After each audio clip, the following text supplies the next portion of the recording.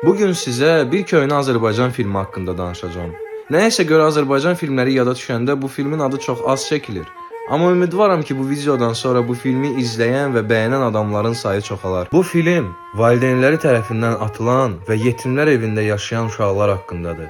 Lakin bu uşaqların taleyi çox az adama maraqlıdır və onlar hər an qəddarlıqla üz-üzədirlər. Uşaqların qeydinə qalan isə həmin uşaq evində böyüyən Köçəri adlı personajdır. Düzdür, qayğı üsulları özünə məxsusdur.